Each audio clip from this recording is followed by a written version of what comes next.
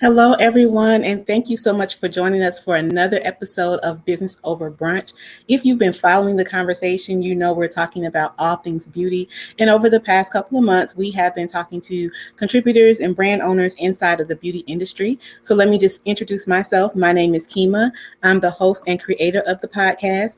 And today I'm super excited. We are going to be speaking with Miss Kumiko Ming. She is the owner of House of UNI, and she has a lot of things that are going on. So let's go ahead and bring her up so we can talk about it and begin our brunch date.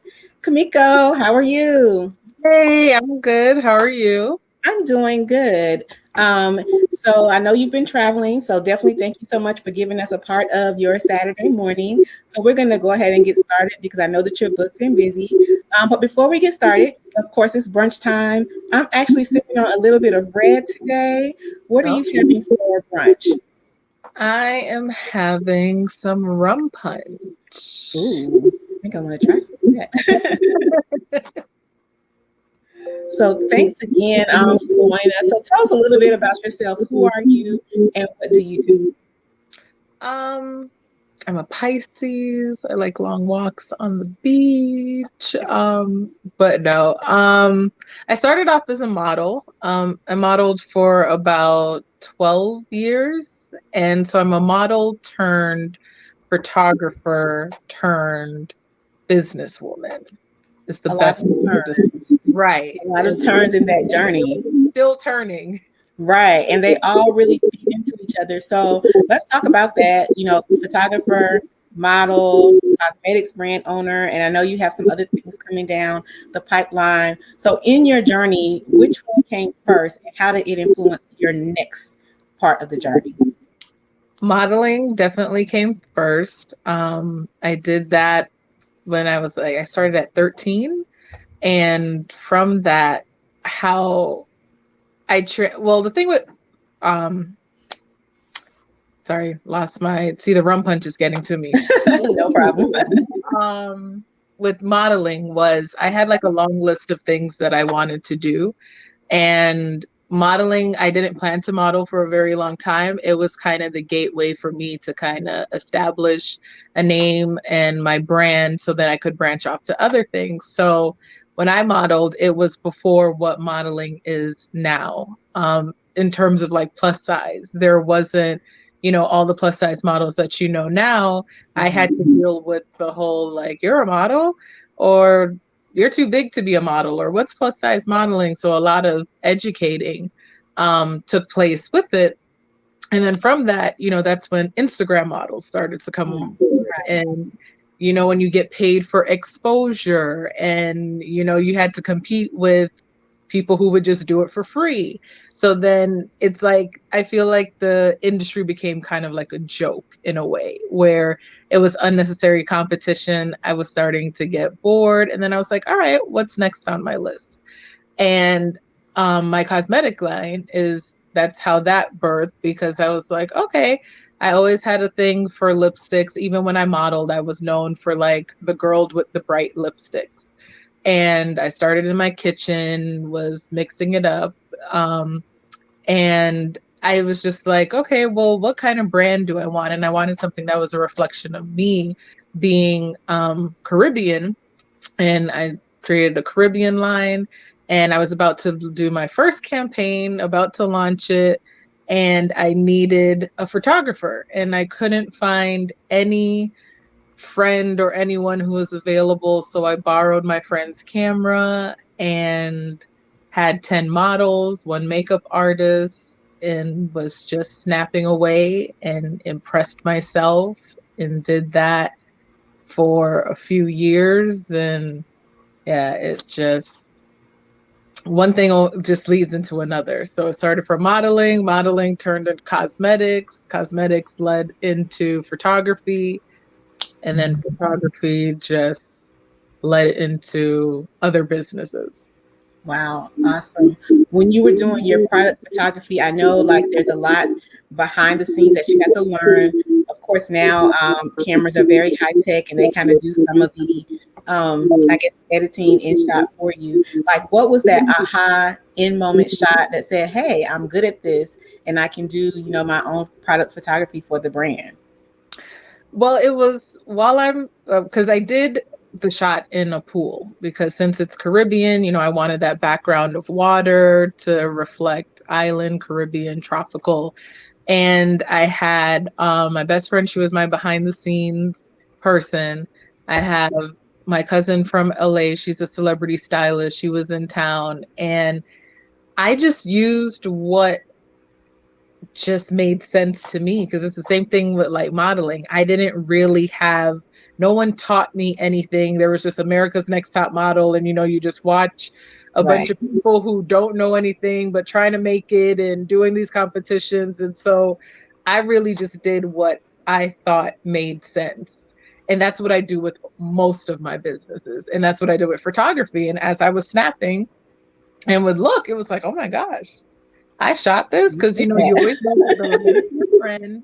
So I'm just like, all right, if I get them here, and as long as the sun and the light is like hitting them, and the rest was just history, right? Awesome. Congratulations on that. So, with your cosmetics line, I know we said it was a part of the journey. It was something that was on your to-do list, or it came about, in next. So, House of Uni, how did you come about from the inspiration of it? Like, what drove you to create the line, the name, the overall look of the brand?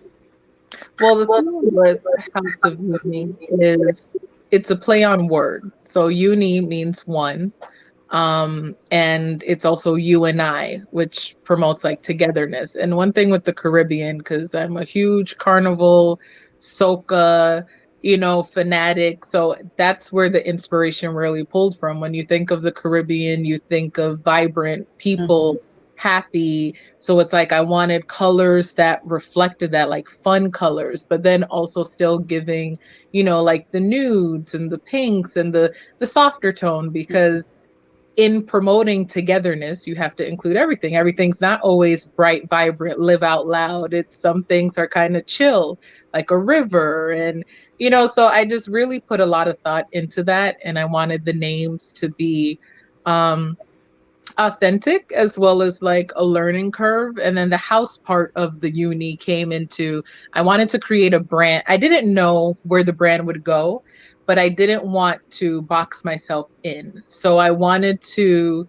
create something that, just in case I decide to switch or change or add something, I was in a position to do so. So I always looked at it as like a house. I wanted to build one house that just could do whatever, because I knew I didn't want to do a full-fledged makeup line, because I didn't want to get into foundation and concealer, and because there's so many shades and undertones. Right.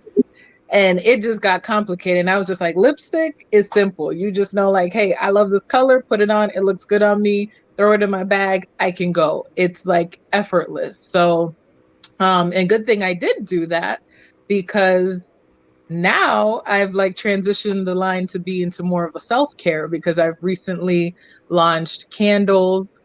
So it's like Another now, room in the house. right. So it's like, things that make you feel good. And especially with all that we've gone through with the pandemic, Mhm. um, it's just things that people like. Like people like pretty lips, and, you put on a lipstick and it can transform you and you feel you come alive. And, the different colors brings out different personalities in people. And who doesn't like a nice scented candle at the same time? So yeah, it's just self-care is where we are now. Awesome. I love it. And your eyes are popping. So, are you going to be adding any type of eyeshadows to the makeup line, or what's next for the makeup line? Well, it's funny you mentioned eyeshadow, because what I'm wearing is a product that was supposed to come out, that I did like a soft launch and then I kind of pulled it back, but I still have like a lot of the colors. So I was going to create like because the lipsticks are the Calypso collection, and then the candles are the Caribbean Escape collection. Ooh. So the eyeshadow were going to be like high pigmented shadows. So it's going to be loose powders. And it was going to be like the beach collection. So like sand, that type of feel. And I don't know. It was one of those things that, like I said, I did a soft launch and it was like, do I really want to get into this? Because as much as it's pretty and stuff, I don't think people realize like it's a lot. Like all Yeah. the little pieces. And with lipsticks, I already have a total of about 60 colors in the Oh, collection. wow. Right. So then, and there's some that I've discontinued and stuff throughout the year. So then I'm just thinking like, pigments. Oh man, but I did do a soft launch. Who knows? They may make a comeback, but that's what I said. I just never know where the collection is gonna go. So I think if I had to choose after candles, it probably will be like body spray because Okay. I'm a huge body spray perfume type of person. Of course, Caribbean inspired as well. So I can already like imagine some of the scents that'll come. So I definitely, you keep saying was. So what we're gonna do is speak this eyeshadow thing into existence. So if you're listening out there, go ahead and drop some comments. Let her know that the eyes are popping and we want to see a little bit more. So we can fill up some rooms in this house and possibly add on some extensions. So, but you brought up a good thing in regards to creating the makeup line and people not really understanding like the behind the scenes, what you have to do to get those pigments and those shades. So that kind of actually is a perfect segue into the next question in regards to what type of challenges have you faced with, building your brand and making sure that you're delivering, what your consumer is looking for, and how do you overcome some of those challenges? Um, I would say the biggest challenge is good help. I wouldn't even say help because people are willing to help, but is it good help? Right. And if I got to do it all over again, then really there wasn't help. But yeah, I would just say is help and support because at the end of the day, this is my baby, and I don't expect anyone to be as passionate about my baby as I am.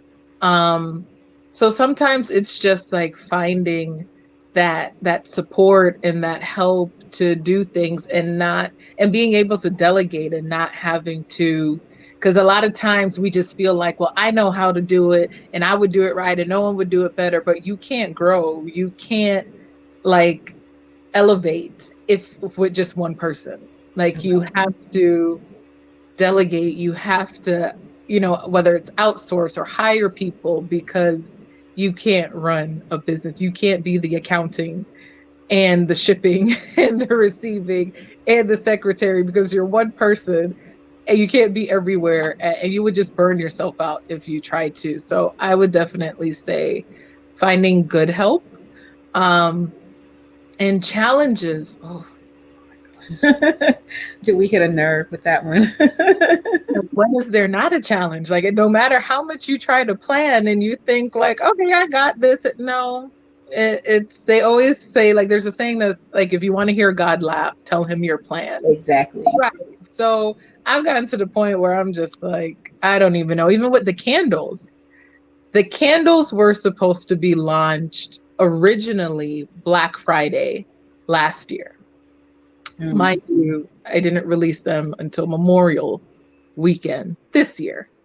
And the reason being was I had one whole manufacturer because I'm very hands-on in my stuff is I create, my scents, my formulas and whatever. And then I try to find somebody who can mass produce it on a bigger scale. And I went for one manufacturer and she wasted 2 months of my time giving me the runaround and I had to start all over and find another manufacturer and build that relationship and do the process of telling them what I wanted, them sending me samples, me testing it out.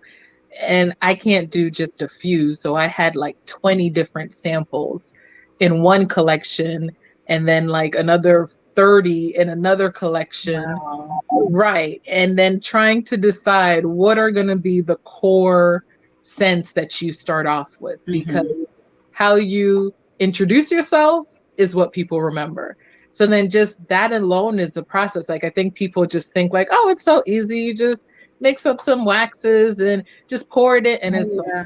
oh, you have to have, especially if you're coming out with 3 scents, they all have to be unique and they all have to be effective. And yeah, it was. And then we had to deal with COVID, with Right. um, Shipping. shipping, and then things not being in stock. And there was like my tins. I even handpicked those and the designing of the label. And it went from Black Friday to, oh, I can hit the holidays to, we just gonna launch this in February to, man, at this point, we just gonna do a spring. And then I was like, well, spring ends in May. So Right. like June cannot come and these things are not out. And once they finally launched, I was like, thank you, Lord. Now I can move on to the next thing. So it's a lot of work, I can especially only imagine. right, especially when you care about your brand and you're Mhm. passionate, and it's not as easy as people think. And then no matter how much you put into it and you think it's going to be something great, you still don't know until you launch and you get the feedback. So then there's that. There's, is my stuff as great as I think it is? And people will let you know. They So will. then And it'll you're be honest and you have to be ready for it. But congratulations on the launch of the candle line. So you have the lipsticks in one room. Now you have the candles in another room. So the next room is going to be potentially body sprays, or we're going to try to persuade her into getting these eyeshadows. no, if there's enough comments, then I mean, I'm always about pleasing and giving people what they want. So who knows? If enough people say we want these shadows, then I will consider it. All right. So make sure you guys are following her. Make sure that you're dropping comments. Make sure you're asking questions as well. Because one thing about, the podcast is we would love to give you information about what we've experienced as business owners. And Kumiko has a lot going on. She is like the beauty bombshell, the island bombshell, all of that, wrapped into one. So one question that, and you keep just feeding into, the next question, the next question, the next question. So this is awesome because the conversation is just rolling, right along. One question that we've asked everybody this season is the impact to the business with COVID. So you mentioned, with the candle, the impact that you had with, shipping, things not being available. With the lipsticks, there's a theory called the lipstick effect that says during times like this, pandemics, that the beauty industry typically soars because people are looking for ways to make themselves feel better. And so we, of course, have been in the house for over a year. We go outside, now we have to wear a mask. So lipstick, do we put it on? Do we not put it on? How were you able to navigate over the last year with the lipsticks? And what were some of the impacts that you saw to your business? And if we had to go through this again, any lesson learned that you could share with someone else? Honestly, if anybody told you that they were prepared for the pandemic, they're lying. Because Basically. it happens once every 100 years, and none of us is 100 years old. So this is like the first for a lot of us, young Right. and old. So when it happened, I can't even lie, the business, like, it suffered because no one knew what we at first. I mean, I'm in Florida currently, and it's like a hurricane. We don't take hurricanes seriously. You hear like, oh, hurricanes coming, through a hurricane party. So it was kind of like the same thing with COVID. You think like, oh, it's just like the flu. It'll be gone in like a week or two. Over a year because we're still not even out of the woodworks. They're talking Right. about the next mutation of something, and it's like, come on, really? So it's like it stopped because common sense. People didn't have work. People aren't thinking about spending money. We're just like, what? We're trapped inside. How long are we trapped inside? And just trying to get over that. But luckily, I even had a product. It all worked together because I had a product that fits into the whole mask thing before we even knew about COVID, because I have liquid lacquers, which are kiss proof, waterproof, smudge proof. You put them on, they're light gloss, they dry to a matte finish, they don't budge. So they actually worked out to be perfect when it came to mask wearing. So after about a good 5, 6 months, when everyone was just kind of like, we're over this, we don't care, we're going out. You say we have to wear a mask, cool, but we still going out. It worked out perfectly because then that started to soar in terms of pricing those products because they worked well.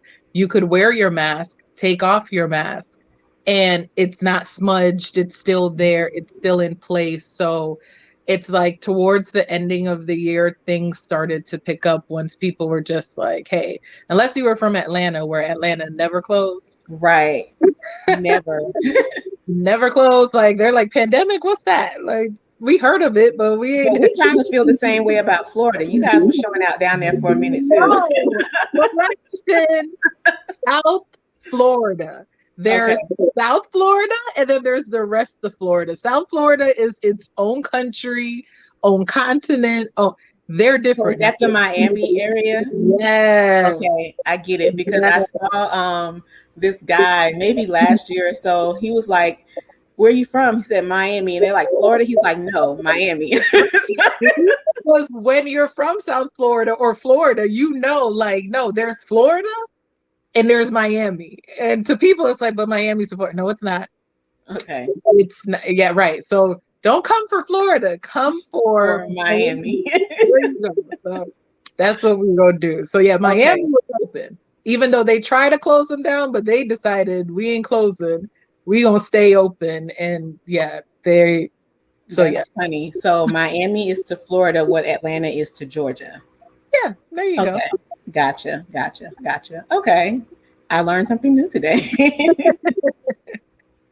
So with so we're slowly coming out of the pandemic, and we saw a lot of businesses kind of, I don't want to say pivot because I'm kind of tired of that word, but they kind of shifted. Kind of like, with your lacquers being, mask proof, we did see a lot of companies shift to, making masks or including masks into their product lines. We saw whole apparel companies stop making apparel and start making masks. From a beauty standpoint, is there anything that you think every beauty brand needs to have or consider having if, God forbid, this continues longer than we anticipated, or if it should come back again, in this lifetime, so that people can, continue to remain relevant and stay afloat, so we don't see a lot of, small businesses close like we did this time?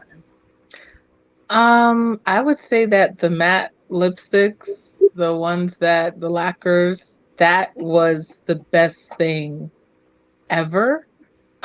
Because it just fits so well into what's going on. So depending on what kind of beauty, because you also have skincare, right? I don't really know like what someone with skincare could really do to help with COVID, because unless you come out with some foundation or something that doesn't budge. So I don't really know, but I just know from a lips point of view, because since mask really like covered this area, that was like the most genius thing. And the fact that I had it prior to it, it was just kind of like, all right, cool. I guess I love it up. Right. So I would think that if you're a lip brand and you don't have a product like that, then you possibly should. But I also do believe everything is about timing.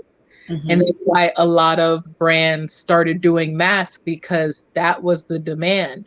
That was a way that you could switch gears right then and there. And because there was such a shortage, you could actually benefit from it. Mm-hmm. If you try to do masks now, I think it's a lot difficult, because it's like, doing this how long? Some people aren't even that, they're just okay with the disposable one. In the beginning, it was kind of like, oh no, it's a fashion statement. Like, my mask has to match. Now we really don't care. We just like, okay, let me just put it on, just hanging.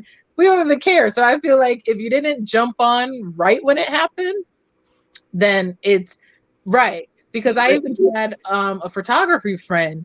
She literally jumped on it. She was doing it by hand. She was getting like old clothes, old cloths, like repurposing them and creating. And she made a lot of money because since it was in such demand, she was sitting there getting, like, she would even get stuff like this and turn it Mhm. into a mask. And Wow. it was, I even had to support and get one too. So that's what I'm saying. It's like with certain things, it's all about timing.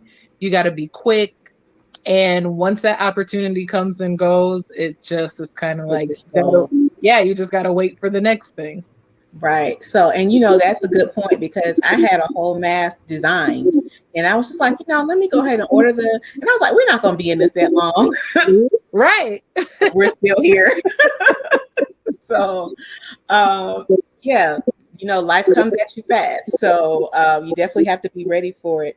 So, we've had a great conversation. I definitely love it. I've learned a couple of different things from a branding standpoint. You mentioned, of course, we talked about your journey as a photographer, and for a lot of product brands, photography product shots are really key, especially when it comes to getting your brand noticed in the press. And you have, a great team behind you, and then of course you have your wonderful photos. So for someone like you who learned how to do it on your own, who just took a chance on yourself, what are some key things that you would tell a brand owner who's looking to make sure their brand is cohesive, their photography shots are on point, their presentation is everything? What's something that you would tell someone when they're getting ready to do their launch? How should they put together to make sure everything's ready? Well, I'm a strong believer in not reinventing the wheel because the wheel works quite fine. So you're not going to be the first one to do what you're doing, but a lot of times what people fall in love with is your story. Because if you think about it, how many different lipstick brands are there? So people aren't buying from me because I'm necessarily the first to come out with lipstick. They're buying from me either because I have something, whatever that is for them, that's different. So I would look at other brands, other top brands, look at how they have their setup and kind of look at what makes them unique. Sometimes it's just really good pictures. Sometimes you know what I'm saying? Like it's just a different thing. And I would just say, especially when it comes with pictures, you don't need a professional camera. Like you had mentioned before, where these phones and stuff like that, they're so high tech to They where are. they're actually better than the camera and quicker and convenient, where you could just take the picture and upload it because it's right on your phone versus a camera where you have to take out the card and put it in the computer. And so it's just really about lighting. Just Mhm. look at what, like I said, the top brands. You could even look at like Marc Jacob, Mac, look at those people. I mean, if it's beauty, um and just do that because it's quality. People want to see that you took time rather than you just created something and rushed it. Right. Very good points. A lot of times people think that in order to have a brand that's cohesive, that's presentable, they have to spend a lot of time and a lot of money. The biggest thing is just make sure that you have everything mapped out and that everything looks similar and not have everything all over the place. So once you create your theme, go with that theme, and then the next product shoot will be a different theme, but make sure it all matches. So very good point. So you have a lot going on. So we have the lipsticks, we have the candles, we have potentially the body sprays coming up. What else is going to be in the House of Uni, or what else are you working on um, to add to your arsenal? Well, the rum punch that I was drinking is actually one of my brands. What's Um, needed again? so it's called Jam Flavor, and this one is called Beg Ya Some. And that's our strongest flavor, where it's a concoction of two different rums, gin, vodka. We have tropical, we have mango, and we have sorrel, which is like a hibiscus Mhm. that's native to the Caribbean for those who aren't really familiar with it. It's a plant that we usually drink around the holidays, around Christmas time, and you boil it and you spice it up with like cinnamon and cloves and stuff like that. So they are alcohol. Um, it's funny because I was talking to someone on Twitter earlier today, and they would like see my tweets and they were like, "What are you over there selling?" And I sent them the picture and they were like, "Oh my gosh, I've seen them on Instagram and I thought they were regular juices." And I was like, "Never judge a buyer. No. Buy it together." And I was like, "See?" She was like, "Oh my gosh, those are alcohol." And I was like, "Yes." So I've recently, last week, launched my juice bar in Dominican Republic. Hey. It's Thank you. It's called Expat's Place. So we do milkshakes, smoothies, all natural juices. Because Dominican Republic is known as one of those party islands. People go to have fun, live it up, and especially for the expats, the people who move there, they don't. There's not it, especially on the north coast, because we're in Sosua, Puerto Plata area. They don't have a lot of stuff like that, so they don't get their nutrients or things that you would be familiar with and used to back home wherever they're from. So we launched that, and the love has literally been real. It's just Awesome. so beautiful to watch your baby grow. And I'm currently working on, because I'm still back and forth between Florida and DR, is a vacation rental. So nice luxury vacation rental that's affordable. Eventually I'll add on concierge service to it where, you can be in the rental and get your massages and your chef and Nice. all of that stuff. And I have a hair company where I deal with my manufacturer in India, where it's raw The good Indian stuff. temple, right? Raw Indian temple hair. I'm also working on a recovery house. So for all those people who go down to DR to get their mommy makeovers and stuff like that, I saw that there was a need for that because a lot of people would complain about how the current state of it is and not having like the proper assistance and the proper care. So I figure, hey, what's the bonus of being able to be in America and to travel around where we can bring the things that we're accustomed to in the States over there versus people over there just doing what they think may work. And you know what I'm saying? It's just familiar practices. So that's in the works. And just spreading the rum punch love. So you have a lot going on. I'm gonna say I want to be like you when I grow up with everything. Minus the stress and the sleepless nights. Brands on brands on brands. So congratulations. That is awesome. I definitely love the concept of the recovery house in Dominican Republic, because it is definitely, something that is needed. People need to be comfortable and they want to feel like, they're not just going to another country. They have to come right back, to get proper care. So awesome. So last question, with everything that you have going on, what is a life productivity hack that you have for some of our entrepreneurs out there who are having, some difficulties managing it all? How do you keep it all together? Prayer, lots of it. Um, Rum punch, alcohol, that helps too.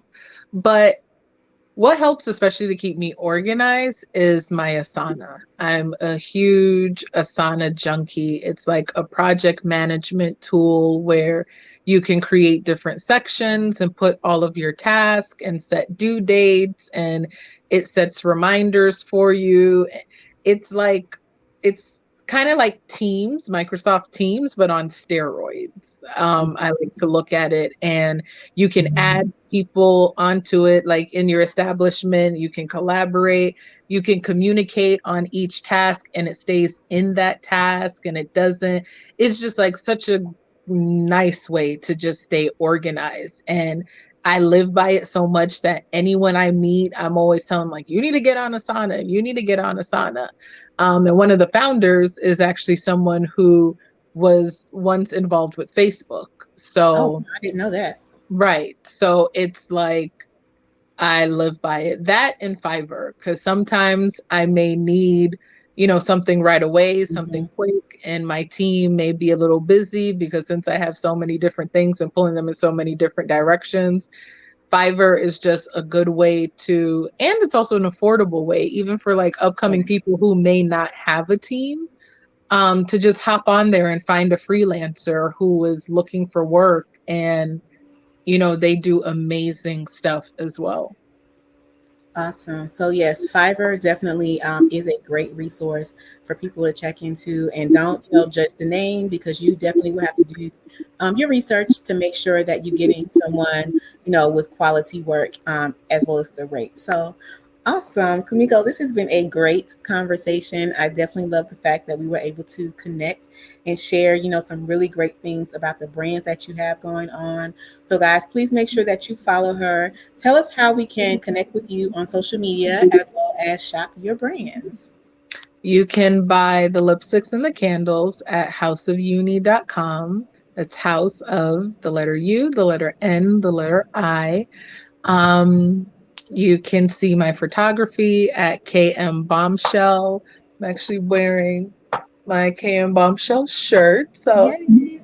just those words, kmbombshell.com, and you can see all my photography stuff. My social media is all at kmbombshell, and the rum punch is jam flavor, JAMNFLVA, which is just a nice little short term for Jamaican flavor. And the website will be out next month. And yeah, but if you go on KM Bombshell, that you can find everything from there. Awesome. You are doing some amazing things. I'm definitely connected with you, and we'll be keeping see what's going on. I definitely can't wait to shop the rum punch and get me some more lip lacquers now that everything is opening up. So yeah, I'm excited about everything that you have going on. Congratulations on the launch of your juice bar, NDR, and everything that you have. So thank you so much for joining me today. This has been a great conversation. Thank you for having me. Of course. So we are here every first and third Saturday. We do welcome everyone to please make sure that you tune in. Be sure that you subscribe to our YouTube channel, which is Business Over Brunch. You can also tune in audio through Anchor, Spotify, and Google Podcasts. Thank you again, Kumiko, for joining me today for brunch. Meet me back here every first and third Saturday at 11 o'clock. We'll be continuing to talk about all things beauty, health and wellness, excuse me. And we're also going to have some guys to come on and talk about their men's grooming products. So thank you guys again. Until the next time, be blessed and enjoy whatever is on your brunch menu.